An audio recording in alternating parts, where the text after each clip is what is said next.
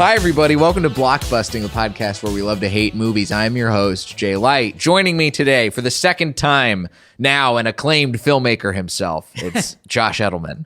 Thank you so much for having me again, Jay. Love the show. Happy to be back. Dude, we've both glowed up a lot since we've recorded last when we talked shit about Interstellar. Now we're no longer recording on my couch in my apartment. Yeah, no, we're in this like fancy ass bungalow studio. Yeah, I feel so Hollywood. I was just thinking about how like it's been so long since Blockbuster didn't exist that I wonder if there are people who listen to the show that have no idea where your logo originates. Probably. I would imagine that maybe some people's only context for this is if they watched the last Blockbuster on Netflix and they're like, oh, that's what that's from. I finally get it. Isn't it crazy to think about how old we are? They probably don't even understand what that VHS is. Yeah, they've never seen actual tape in their entire life. Yeah, they have no idea. I mean, I was just talking to, speaking of the studio we're recording at, it's the Elon in LA studio. I was talking to a buddy of mine from Elon. When you told me it was Elon, I was like, Elon Musk? I mean, this kind of looks like this would be where he has like weird meetings with fake rocket scientists. It's futuristic. Real rocket scientists. I don't know. We've got a Hyperloop port out there. That's part of the benefit of being at the second home.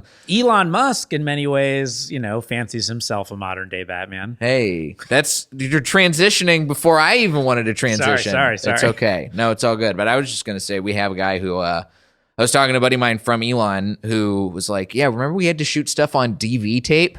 And how long it used to take to upload our footage when we had to edit stuff for class. And now it's just, you pull it off an SD card. These kids are spoiled. And I feel so old complaining about that. I did kind of enjoy DV tape, though. I also do like DV tape. I miss it a little bit. But yeah, the cards are much easier. Yeah. But I feel more stressful. There's more stressful. Because the tape, you got the tape, you're holding it, you're like, the footage is here. You're holding that card, you're like, anything can go wrong with this. It's the closest I think a lot of people in our price range are going to get to shooting on actual film.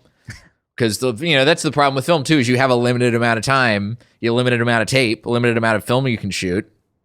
DV tape's the same way. Mm-hmm. It's just way lower quality. I'm really happy I got to shoot on film at a summer program I did in high school and then in college. Nice.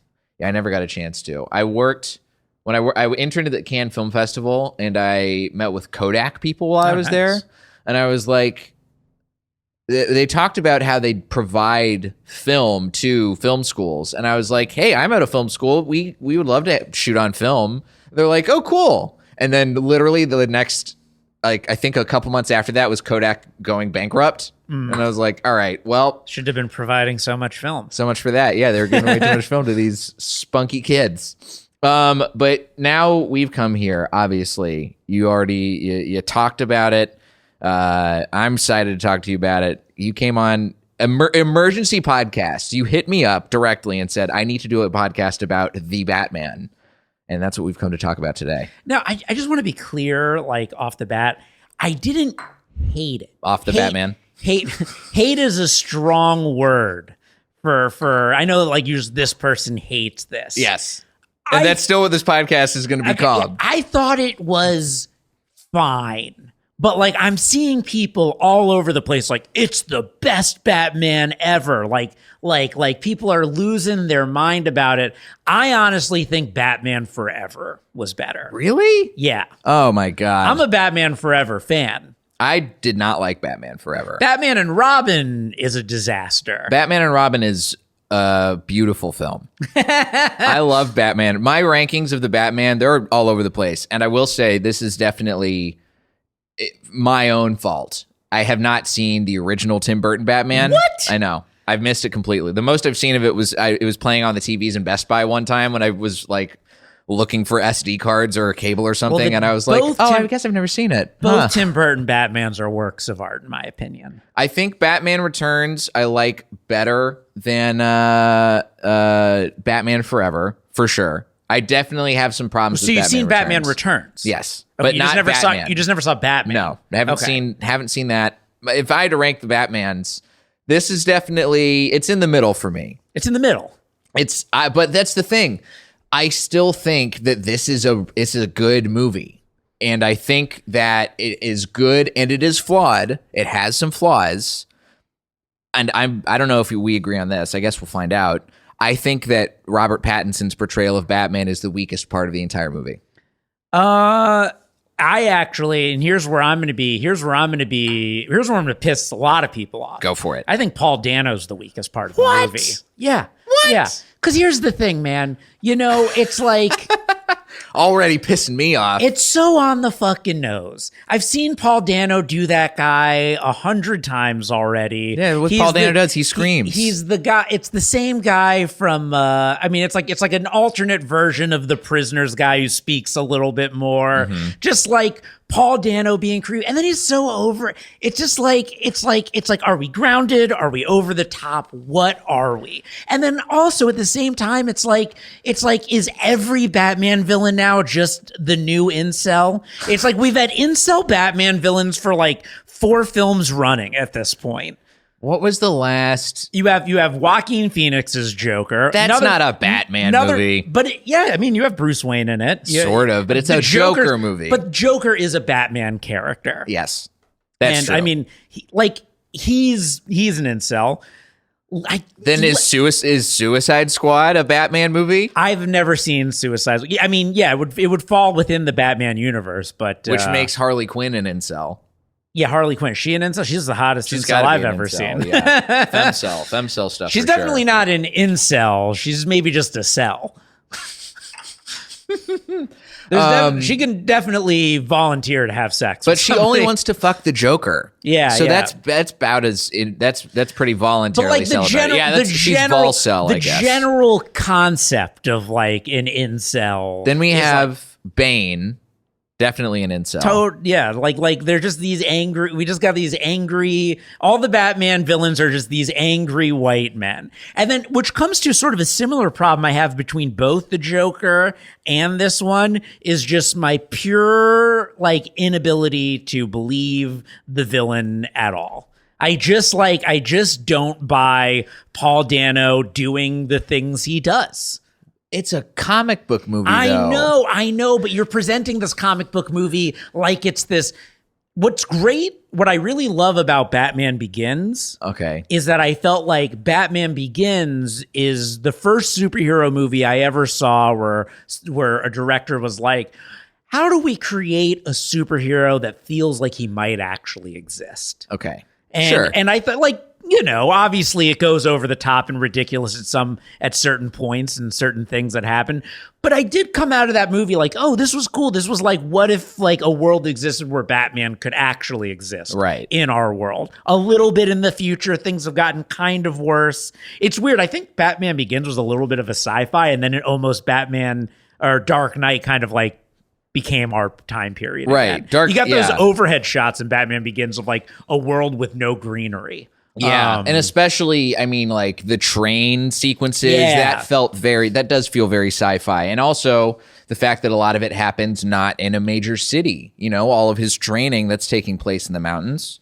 That's stuff that feels, of course, a little bit more otherworldly. And we're dealing with the Ra's al Ghul of it all, who's definitely sort of more of a sci-fi-y kind of villain than the Joker, who's a crime drama incel. But part of what I like, so in this world where I said something recently, I was like, it used to be special when superhero movies came out. Yes. Now it's special when a not superhero movie comes out. Yeah, it's true. And I'm saying in this world where like everything's this bright, over the top, CGI filled spectacle, I appreciate Batman because Batman's going to give me, I hope the modern Batmans are going to give me the film that doesn't require so much suspension of disbelief. And that's what makes it good because I lose the stakes. And this is what I think is the problem with all superhero movies in general is you go into the movie knowing Iron Man's going to be okay.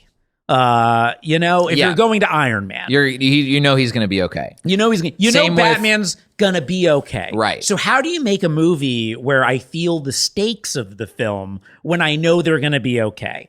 And Dark Knight does that.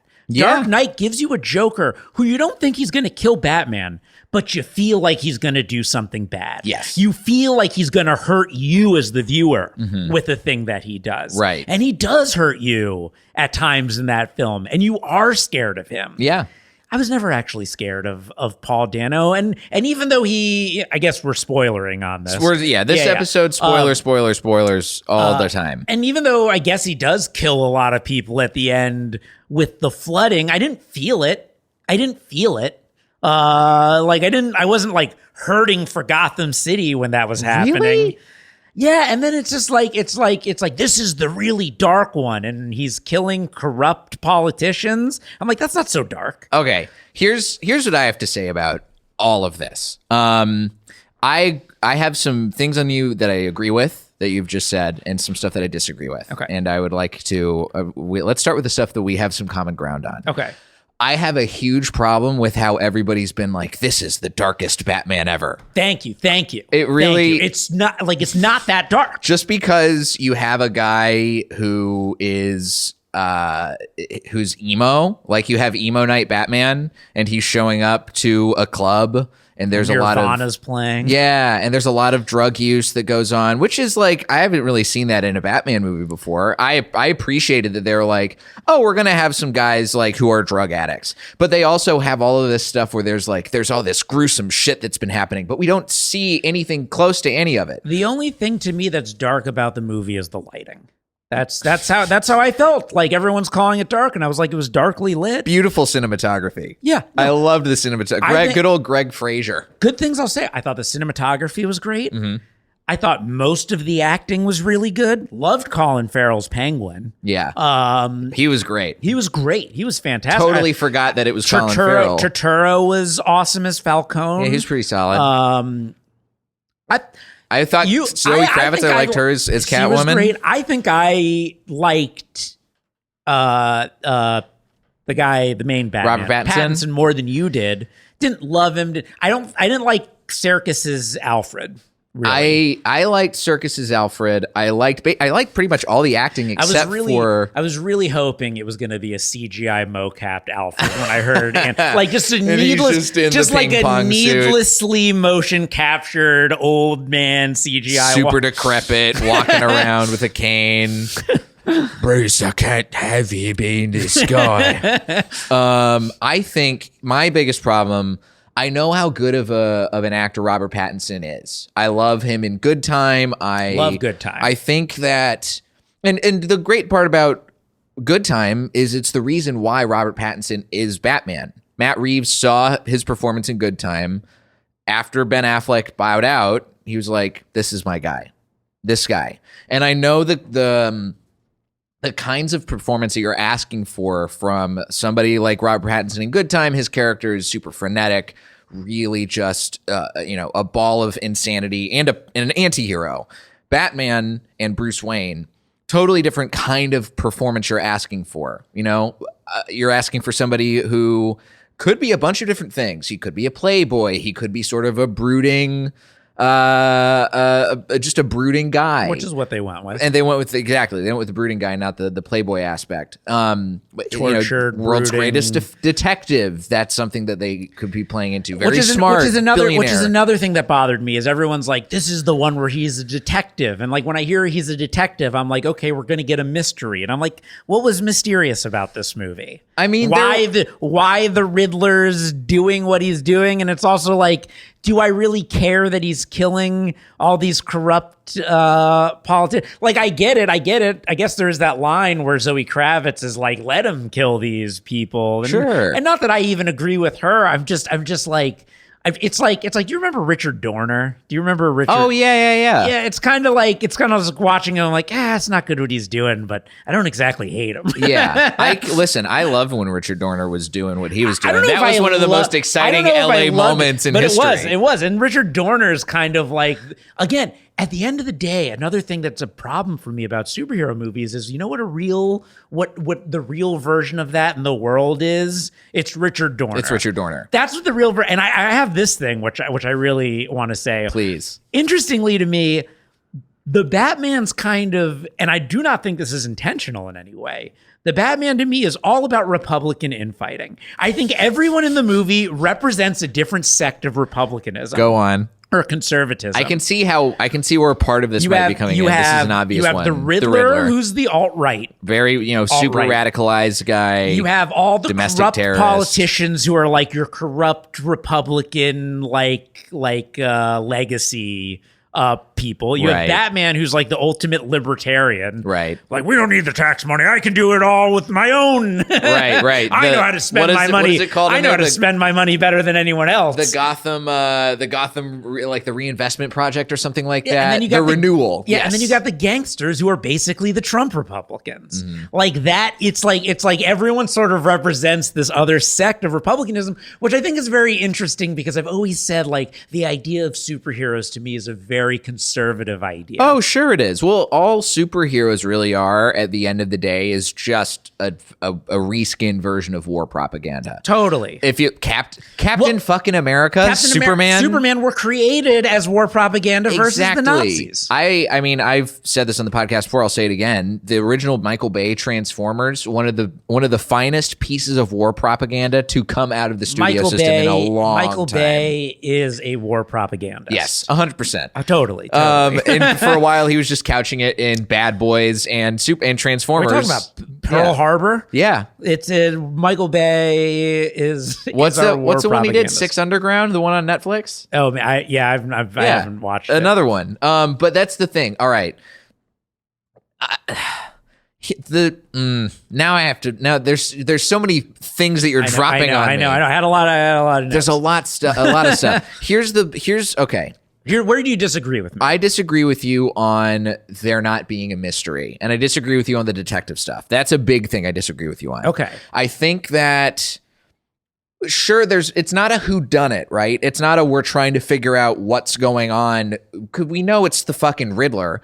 We know what's going to happen. And just like any other comic book movie, we know this is going to be the thing at the end.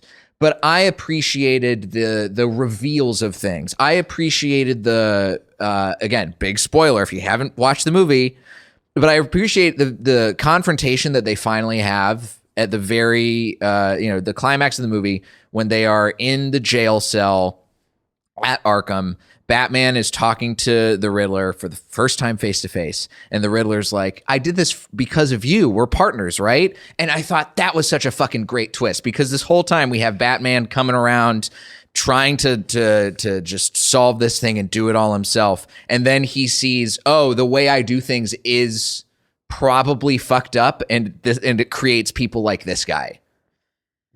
And that part, I was like, I don't need to worry about I'm not looking at this as like a mystery film. I'm not looking at this the same way I would look at, a lot of people compare this to like Chinatown or Seven. And in those movies, there is an aspect of like, oh, we're trying to solve this mystery along with the main characters in the movie. Exactly. In those. Those are actual mystery movies. I mean, in Seven, it's like in Seven, you're trying to find this killer you've never seen. You're not like, which guy in the movie's already the killer, right? But you are trying to put the pieces together along with them. And I think both those movies, they're the films that it keeps getting compared to. Mm-hmm. And what is so beautiful and brilliant about both of those movies is the intimacy and the true darkness of them. Yes. Spoiler alert for Chinatown.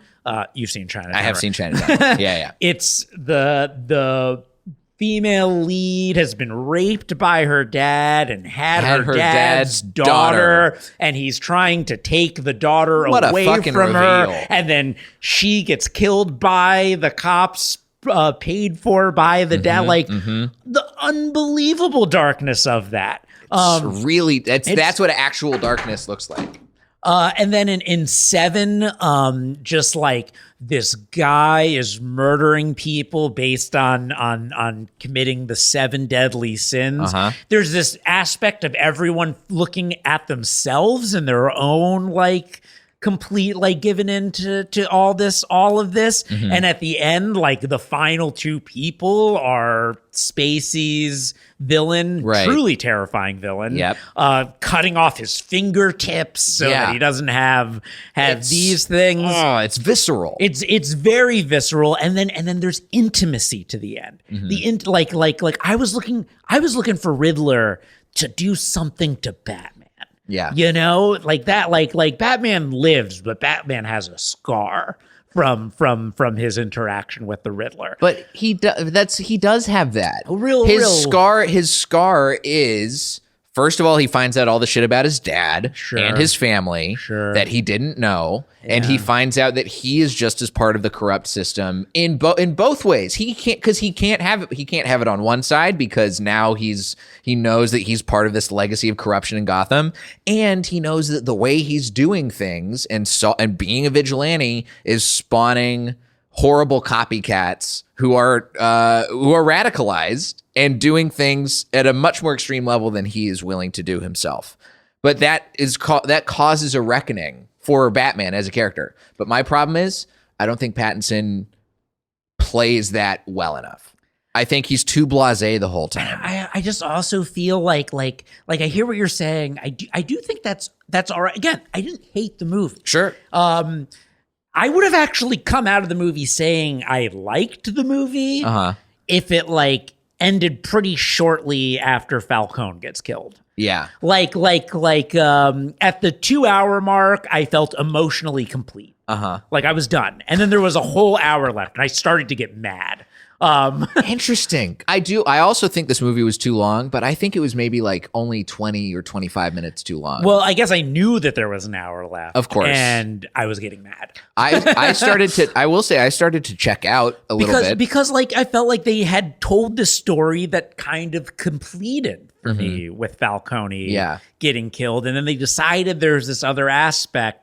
And like it just killed my momentum moving forward with it. Yeah. One thing I'll give it. One thing that I loved. I'll give you something I loved. Give me something you loved. I loved the car chase. Car chase was great. I loved the car. And I think the car chase is superior in The Dark Knight. I think that's like one of the greatest sequences in movies, in action movie history. Yes. But just like there was a smile on my face, heart filled with joy, fuck yeah energy when the Batmobile comes flying through the fire at the canted angle, Penguin thinking he got away, Batman's just like walking up to him in slow motion. That sequence, beautifully done. Right. Totally captured all the feels. Want to hand credit where credit's due. I think... And I totally agree with you. And also, we got a lot of great moments with the Penguin in that. Again, Colin Farrell blowing us out of the water. Colin Farrell is the best part. So great. Best part of the movie for me. I think I actually have this to say now, which is I think I've distilled where we are.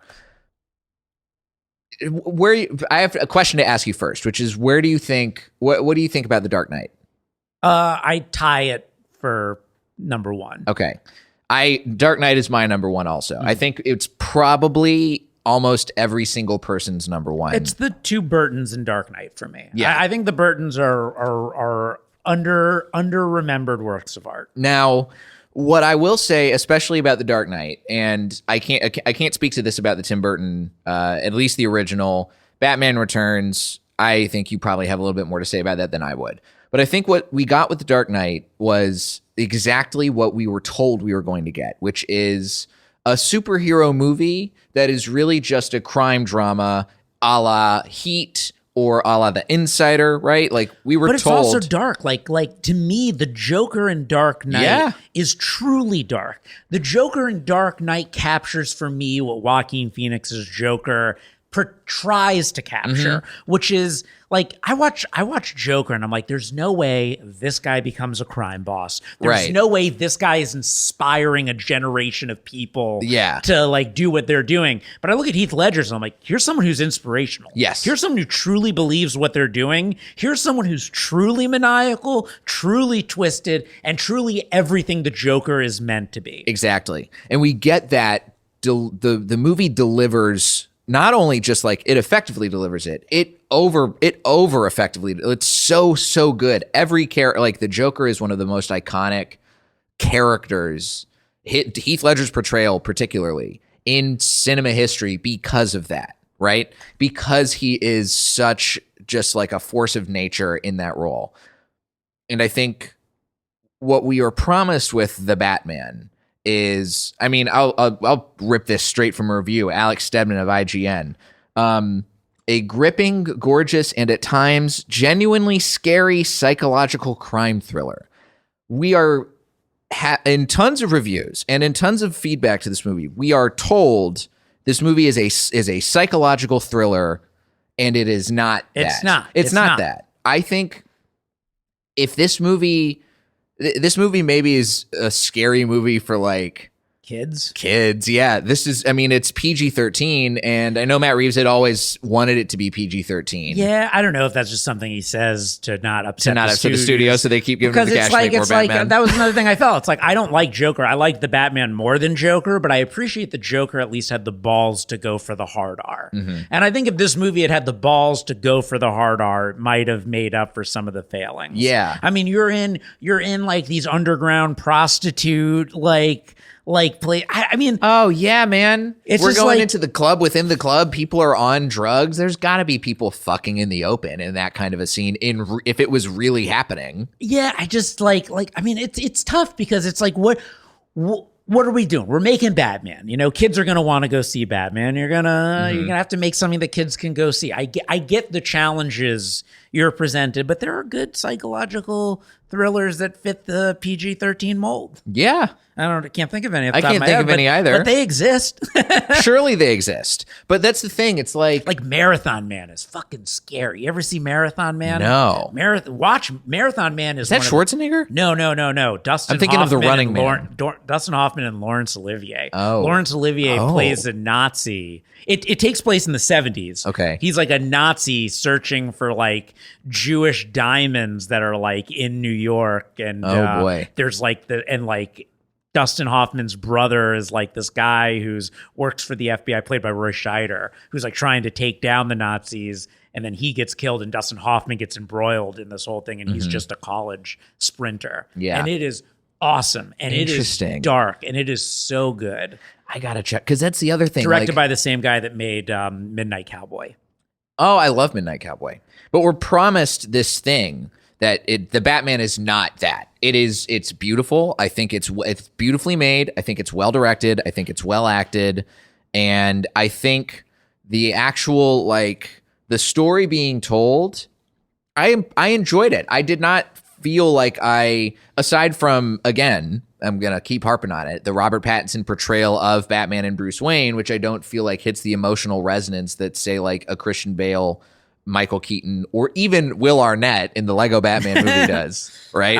I also like Val Kilmer. Val Kilmer, I have to, I just don't. I think part of the problem I had with Batman Forever is not with Val Kilmer's performance. It's with the other stuff that's going on. Well, ultimately, but you're right. I guess ultimately, and my friend said this to me, and it's kind of how I felt. He's like, yeah, I liked it, but I don't see why it needed to exist.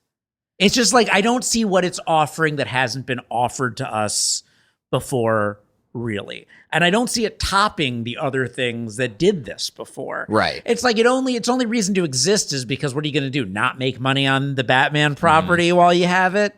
I get it, but it's like the Burton Batmans came out. Then there was a pause until the Schumacher Batmans came out. And to me, the Schumacher Batmans are balls to the wall, cartoon, over the top. Like I enjoy that. Right, they're super campy, doing their own thing for sure. There's nothing else like it, and it's the '90s too. So it's like, while today you get Marvel movies that are just as colorful and over the top, there's a homogenous quality to them because it's so much CGI that they all just look the same to me.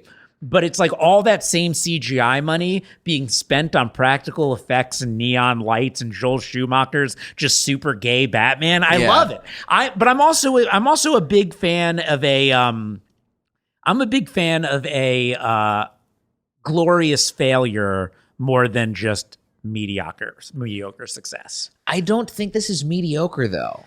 I think if it was mediocre, then we would be having a very different conversation about it. The problem is it's at a ceiling. Like the Batman is a good movie, but it cannot be a great movie. It is hit the ceiling for me.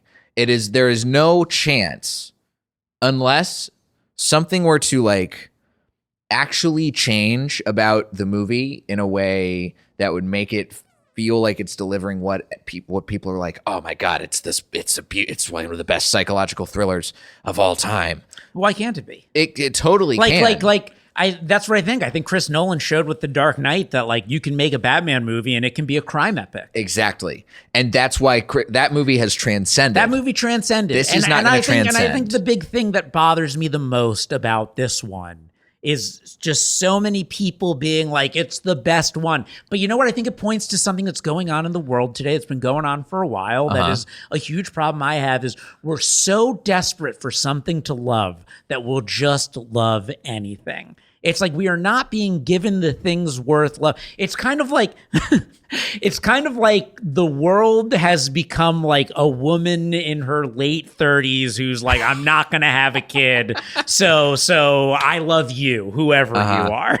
You're my fur baby. You'll give me a baby. Yeah. I love you. Yeah. And it's just like, we've gone so long without getting like true movies worth loving that like, we're just like, oh, this one was pretty good. Yeah. I love it. And the nice thing about this too, compared to the Marvel Cinematic Universe, right, is that it does very much feel like it is an antithesis to what the Marvel movies all same look, same kind of snappy script kind of stuff. But everyone comes out and everyone's like, I love, they're all this exact same to me. I do not. And I'm not a fan of the Marvel movie. Like I could maybe name 5 out of the 20 Marvel movies that I actually enjoyed. I will see the next one, probably. The next Batman? I will give you that I will most likely see the next one, and that I believe that there is a decent chance that it does resolve my issues with this one.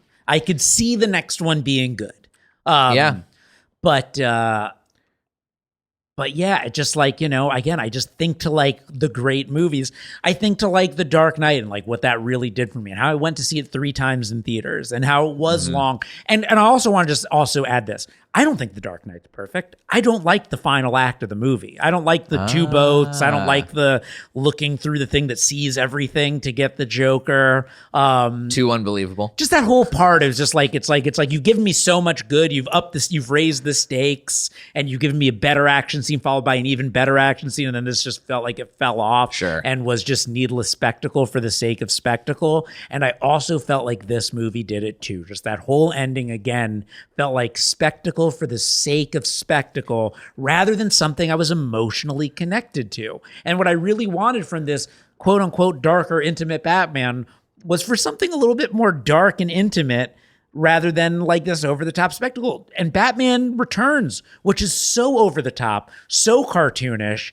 and very artfully done, ends with just 4 characters in a cave with each other in this pretty emotional, intense scene between them. Yeah, it's true. And I remember like feeling every time I watched that movie very affected by it. But it just, again, I'm removed. I'm just it's like every movie makes this mistake. Wonder Woman was like pretty good. And then the end just becomes a CGI nonsense. Oh, I never saw either of the Wonder Womans. The first one's pretty good for 2/3 of it. And then the second Guardians of the Galaxy. I'm like, I was really enjoying it. Yeah. And then like you have this father-son whole thing. Great and then dynamic. You have this great dynamic. And then he just turns into like a planet and just like, why can't it just be...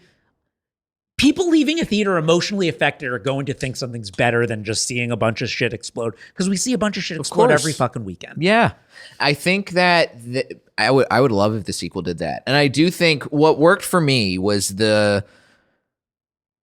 as much as you say it's unrealistic and spectacle-y and stuff, I think compared to The Dark Knight, which does veer into the realm of unbelievability with like, we used all the cell phones in the city to echolocate where he is. I think that having a guy who be a domestic terrorist and create a bunch of truck bombs that blow up the seawall, like, that's some, what's the Oklahoma City bomber? What's his name? Timothy McVeigh. Timothy McVeigh. That's some McVeigh shit, right? This is some like we gotta fucking he's not Zodiac. He's fucking Ted Kaczynski.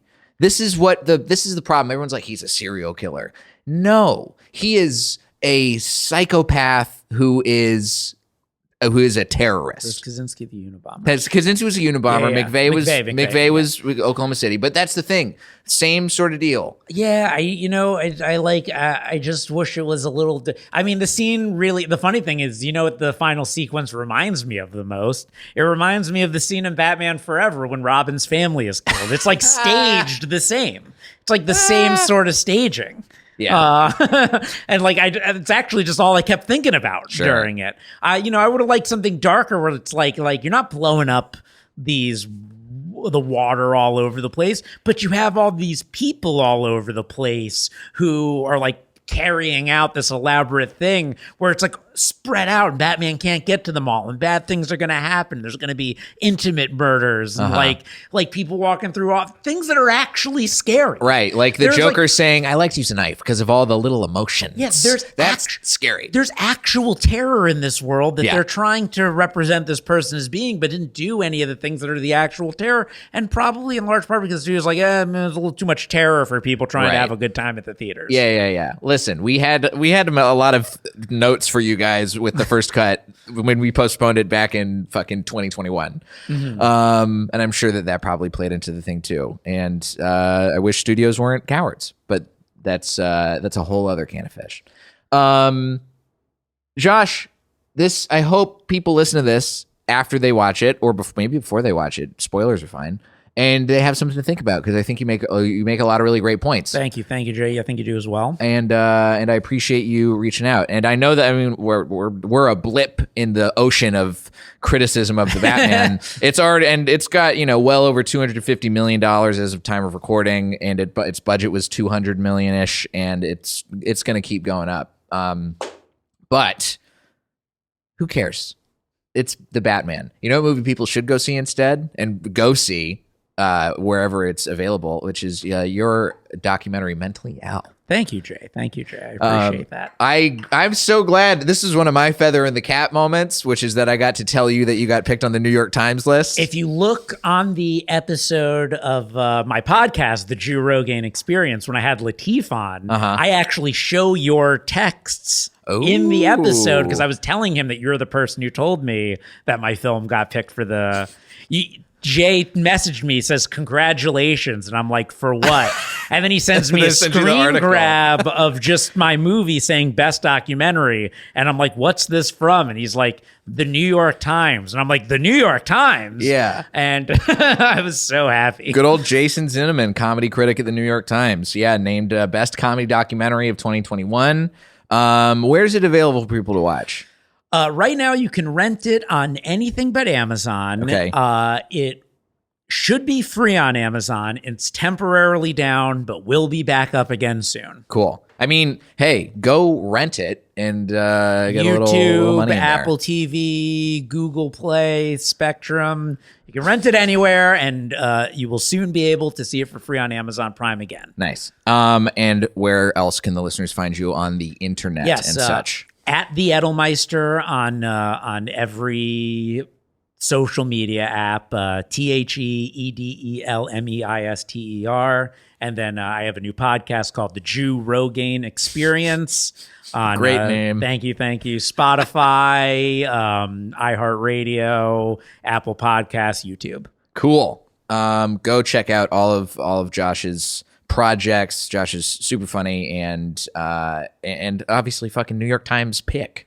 You can't beat that, folks. Highlight of my creative life. I'm gonna say that direct to camera. Died and went to New York Jew heaven.